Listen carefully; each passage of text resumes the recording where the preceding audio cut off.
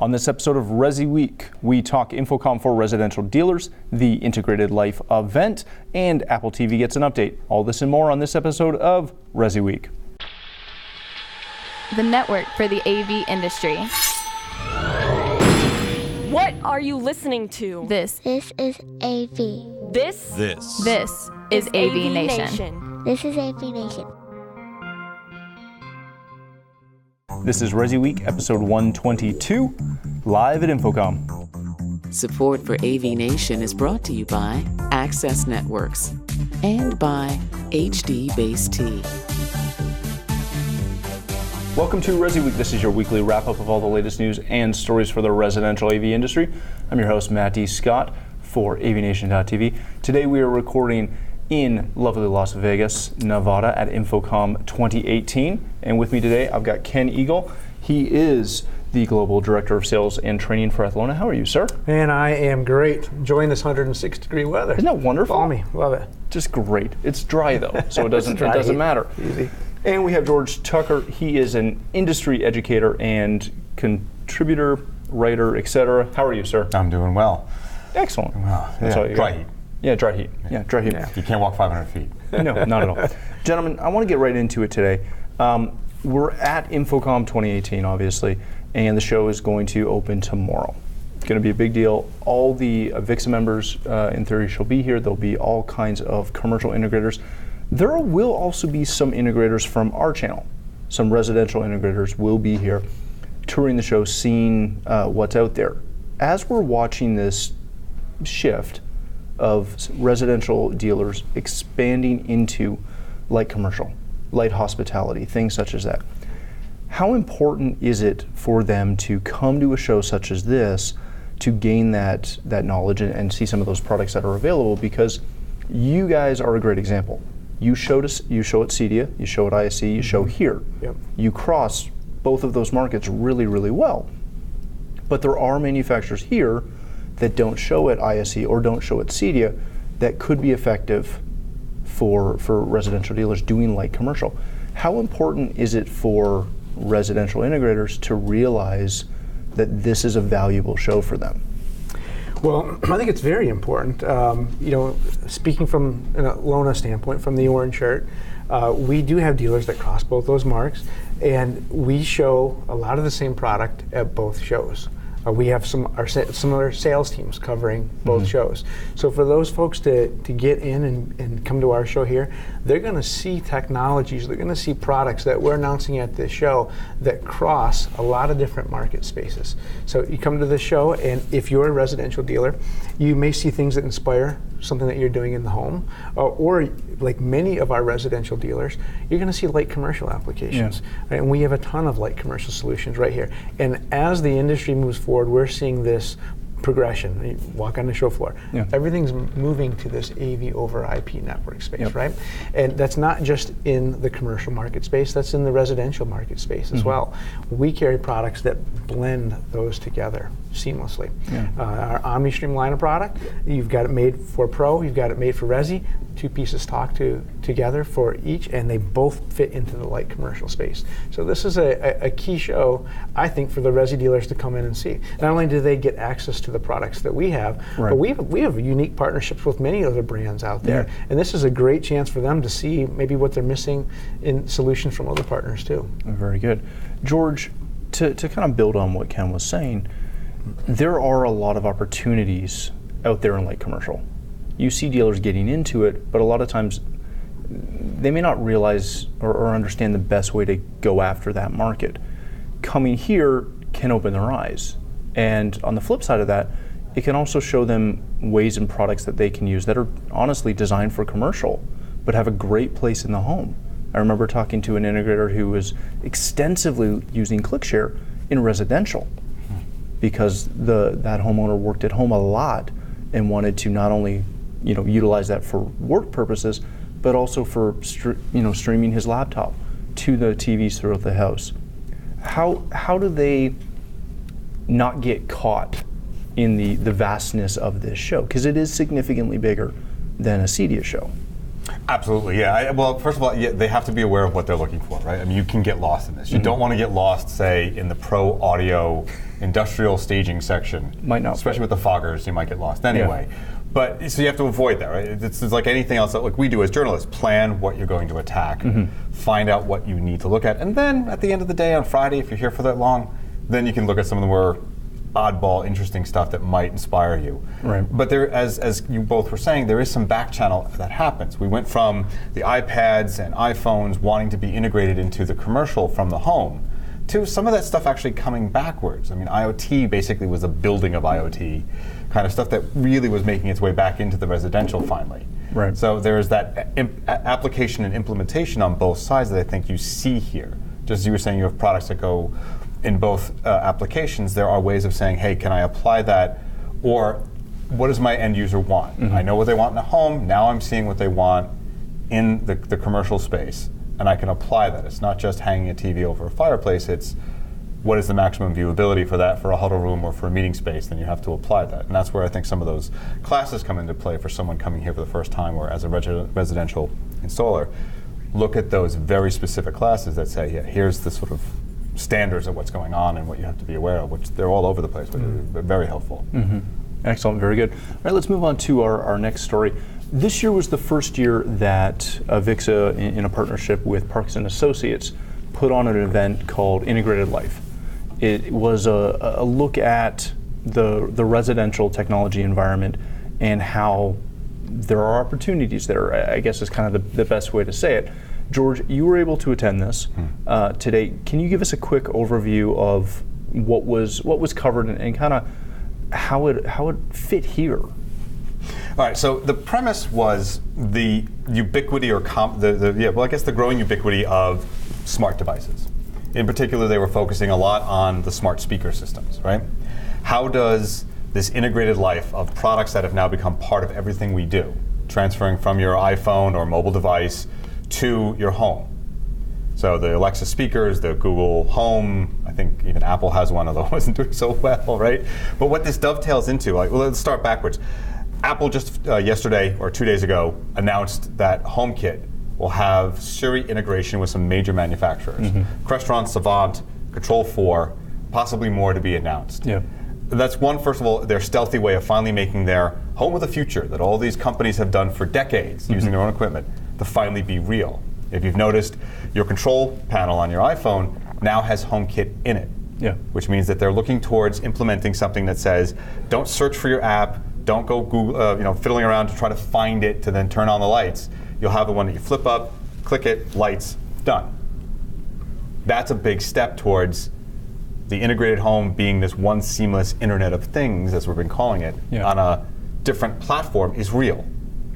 The big players are getting into it, but some of those devices that we commonly use won't be there anymore.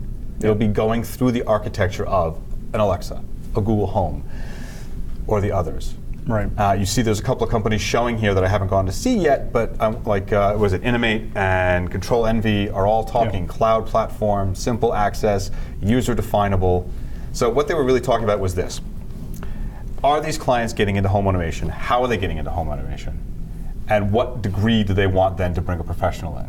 And it's about expandability, ease of use, ease of implementation, and growing it at a pace that they feel comfortable with. Rather than having to have a whole architecture put in, they want to say, I want to do the living room first. I really like that. I got comfortable with it. Now I want the whole house. Some may do it themselves, but for the most part, we say now, where's our role? It's in securing the network, making them everything compatible, about keeping the system reliable, right? And maybe some remote data acquisition and monitoring. There's a lot of talk about subscription-based stuff, and perhaps product leasing. Though I've stepped back, that's my sort of interpretation of a lot of what they were starting to say. Right. How do you upgrade a piece that really only has a lifespan of a couple of years? As an integrated install. You have to then be able to swap it out at a profit very quickly. So that was the premise that I got through the whole day with them. Very good. Ken, when you see something like this, and this is not This is obviously the reverse of what we talked about in the first story. But this is not normally a area where any commercial dealer is playing at all.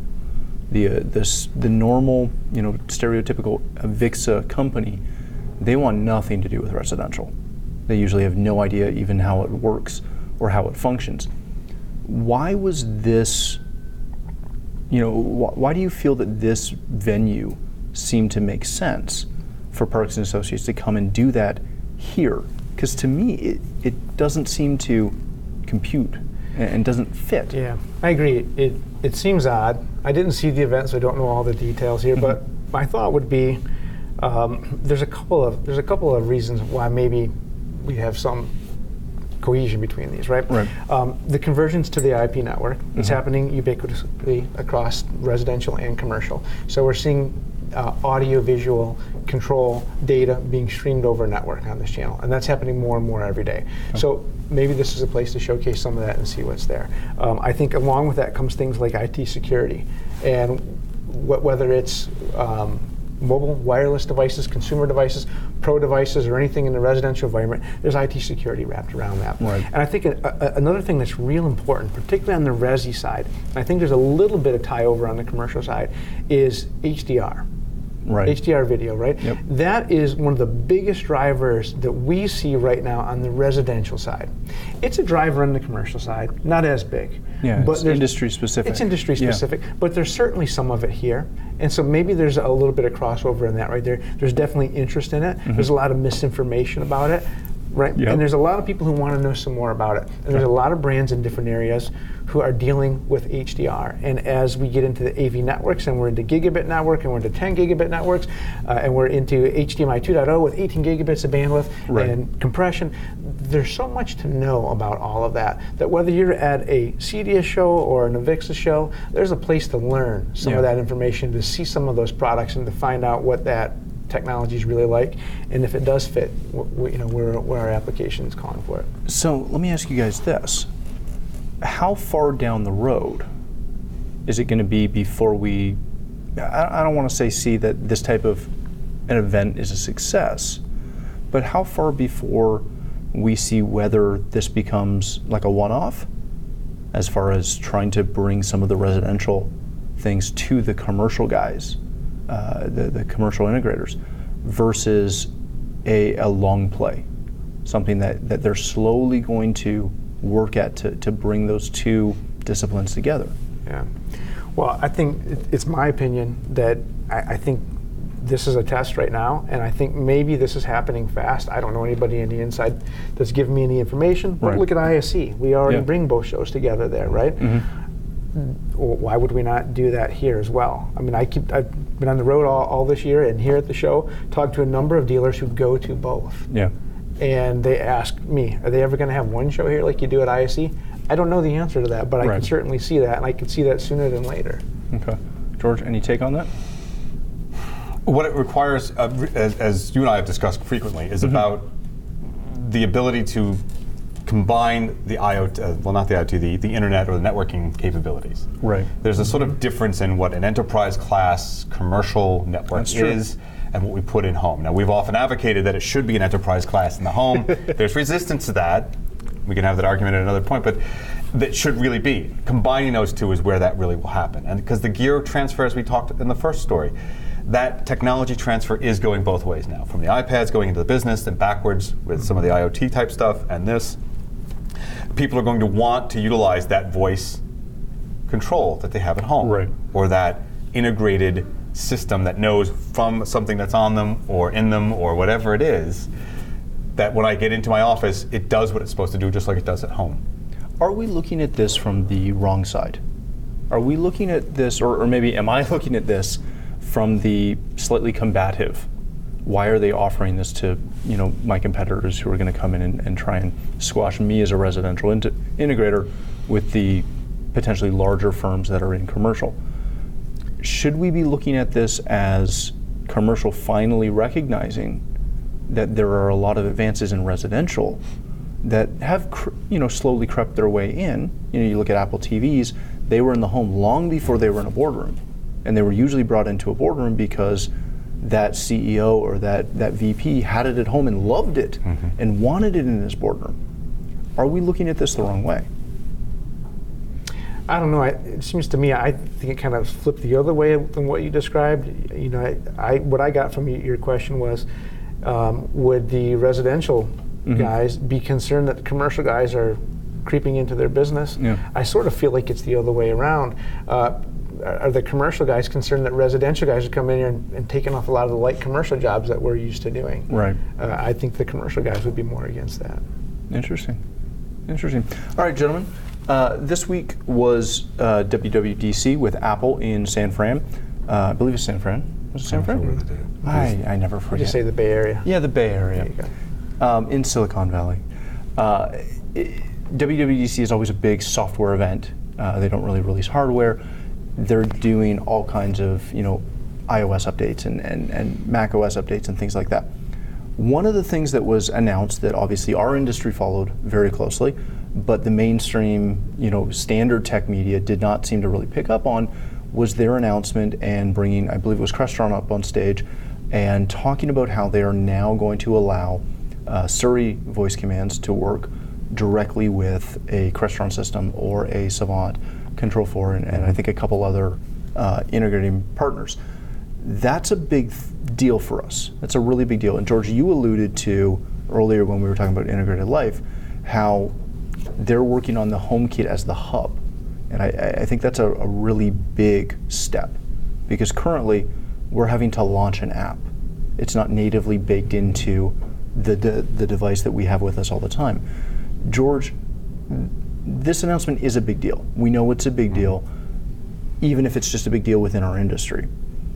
Is this that game changer that we've been waiting for to make home automation, whether it be fully custom integrated solutions or DIY products? Is this the one that finally makes it easy for the end user and native for the end user to use? Well, I think as we discussed earlier, it's the user experience, right? So if they see something that is within their comfort level of user experience and user interfacing, the ability to say, I can make that next step to having a control system or controlling my lights or controlling my locks or my thermostats is so much easier. And I don't know if it's the demarcation point, but it is a sure sign that that thing we used to mock about them having, as I mentioned earlier, the home of the future with all their own devices. Microsoft did it, Compaq did it for many years, right? I worked Comdex shows. They used to do this all the time. It was awkward, it was clunky, and it still was, up until you had this idea that, hey, if we make it seamless and we bring in big players, then suddenly it seems like something you can do. Right. The whole, every one of those guys makes a line of controllers that can be lower priced and entry level. Right. And can be expanded. I mean, one of Control4's things about taking market share for many years was that they had certain training for end users. Yeah. Where you could change the background screen or the names of those buttons or the settings on them. Stuff that we should have known is intuitive for our control system for people. But our corporate mindset in many companies said it's a one and done, and you bring me in to change it because no one else should touch it. Yeah. But with a ResiGet person, I want to change my lights. I want to say that's not the way I want those. I want to be able to do it now. And I think that sort of succession of planning is exactly where it's going. So it's not the demarcation, but it's a real clear sign that that's the direction things are heading. Very good. Ken, Apple TV has been, it still seems like it's a hobby. Yeah. They just announced that they're now going to support full-on Atmos, but only from the app or the iTunes store, not Netflix and any other streaming partner at the moment. They don't, I don't want to say that they don't have a competitor, because they do, but people that use them love them, even though they may not be the most technically advanced product out on the market. At what point does that stop being effective? Like they've brought some really good upgrades to it today, but none of this is really that groundbreaking yet.